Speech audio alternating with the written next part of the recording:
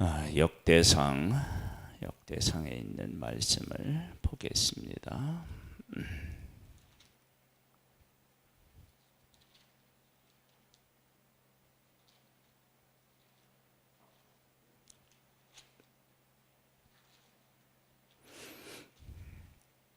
역대상 20장 말씀입니다.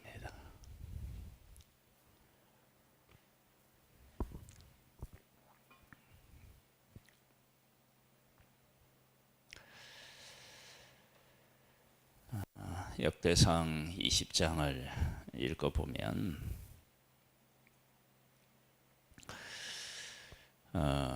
다윗과 다윗에게 속한 사람에 대한 이야기인데,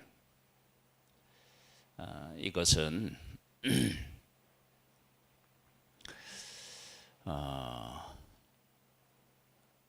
하나님의 사람의 생애 속에 하나님이 베풀어 주신 은혜, 그리고 그 은혜가 그 사람의 또 삶과 어떻게 연결되는지를 이제 생각해 보면, 이렇게 이제 생각하면 쉽죠. 신명기 28장에는 하나님의 말씀을 따라 살아가는 사람의 삶의 모습과, 그리고 하나님 앞에 불순종했을 때 어떤 일들을 겪게 되는지를 아주 자세하게 표현하고 있습니다. 하나님의 말씀에 순종하면 떡반죽 그릇에 우양의 새끼에 와도 뭐 복을 받는다. 그리고 들어가도 복을 받고 나가도 복을 받는다 그럽니다. 그러니까 내가 하나님의 말씀에 순종했을 때 하나님께서 그 순종한 삶의 모든 부분을 하나님이 책임져 주시는 모습을 보게 됩니다. 그리고 내가 말씀에 순종하면 적이 한 길로 왔다가 일곱 길로 도망간다. 그렇게 말씀을 하셨어요. 이제 그러한 하나님의 약속의 말씀을 근거로 해서 오늘 말씀을 보면 말씀이 훨씬 더 잘 보입니다. 보겠습니다. 해가 바뀌어 왕들이 출전할 때가 되매 요압이 그 군대를 거느리고 나가서 암몬 자손의 땅을 격파하고 들어가 랍바를 에워싸고 다윗은 예루살렘에 그대로 있더니 요압이 랍바를 쳐서 함락시킴에 그렇습니다. 다윗은 예루살렘에 그냥 있는데 요압이라고 하는 군대 장관이 나가서 싸워서 이기는 거예요. 그러니까 다윗이 어디로 가든지 이기게 하셨다라고 할 때 그 이기게 하신 것이 다윗이라고 하는 한 사람에게 국한된 것이 아니고 그것이 그의 군대에게도 영향을 미쳤음을 알 수 있습니다. 그러니까 하나님의 말씀을 따라 살아간 다윗은 그가 어디로 가든지 이겼고 그에게 속한 자들도 누구와 싸우든지 이겼다라고 하는 것을 알 수 있습니다. 다윗이 그 왕의 머리에서 보석 있는 왕관을 빼앗아 중량을 달아보니 금 한 달란트라. 그들이 왕관을 자기 머리에 쓰니라. 다윗이 또 그 성에서 노력한 물건을 무수히 내오고 그 가운데 백성을 끌어내어 톱과 새도끼와 돌서래로 일하게 하니라. 다윗이 암몬 자손의 모든 성읍을 이같이 하고 다윗이 모든 백성과 함께 예루살렘으로 돌아오니라.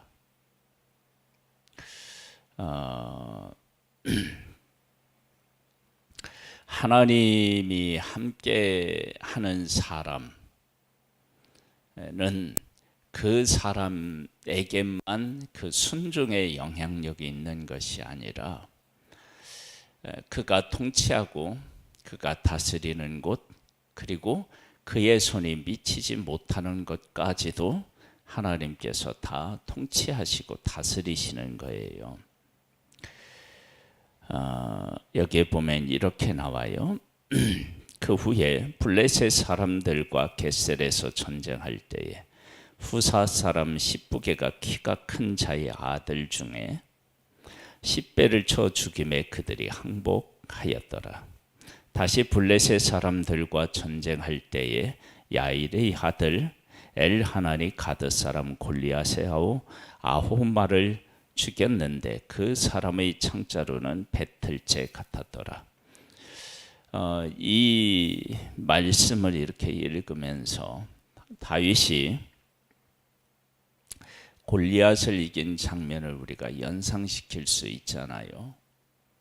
그러니까 다윗이 하나님의 관점으로 보고 하나님과 함께 골리앗과 맞서 싸워서 이겼어요.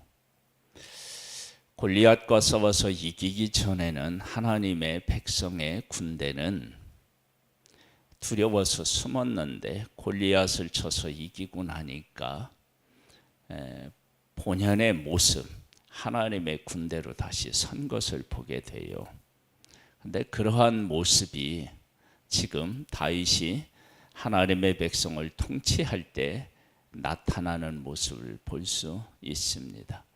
하나님의 말씀에 순종하면 적이 한 길로 왔다가 7길로 도망가는 그런 역사가, 그런 하나님의 말씀의 응답이 이곳에 지금 일어나고 있는 것입니다. 또 가드에서 전쟁을 할 때에 그곳에 키 큰 자 하나는 손과 발에 가락이 6씩 모두 24이 있는데 그도 키가 큰 자의 소생이라. 그가 이스라엘을 능욕함으로 다윗의 형 시므하의 아들 요나단이 그를 죽이니라.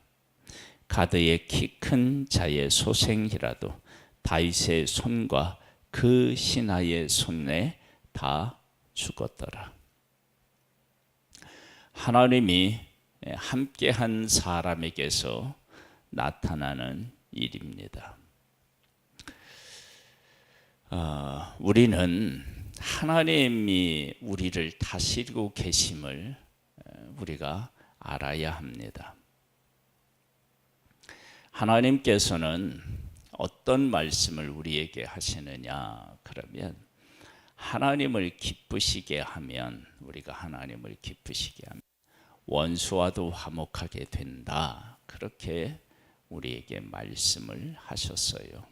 그러니까 하나님을 기쁘시게 하는 것이 얼마나 중요한지를 우리에게 잘 보여주고, 다윗이라고 하는 한 왕이 하나님의 뜻을 따랐을 때 어디로 가든지 이기게 하셨다. 그러는데 다윗이 그곳에 가야만 그런 것이 아니라, 다윗이 그곳에 없다 하더라도 다윗에게 속한 사람들이 적과 싸워서 다윗처럼 이기는 것입니다. 이 모습을 보고 있으면 우리는 이 모습이 또 떠오릅니다. 우리의 대장은 예수 그리스도이십니다. 우리의 대장 되신 예수 그리스도가 사탄 마귀 권세와 싸워서 이기셨습니다. 죄와 사망의 권세를 이기셨습니다. 그리고 사랑의 십자가를 지셔서 이기셨는데, 그렇다면 대장 예수 그리스도께서 그렇게 사셨다면 우리는 어떻게 살아야 되느냐라고 하는 것입니다. 지금 다윗과 다윗에게 속한 사람이 서로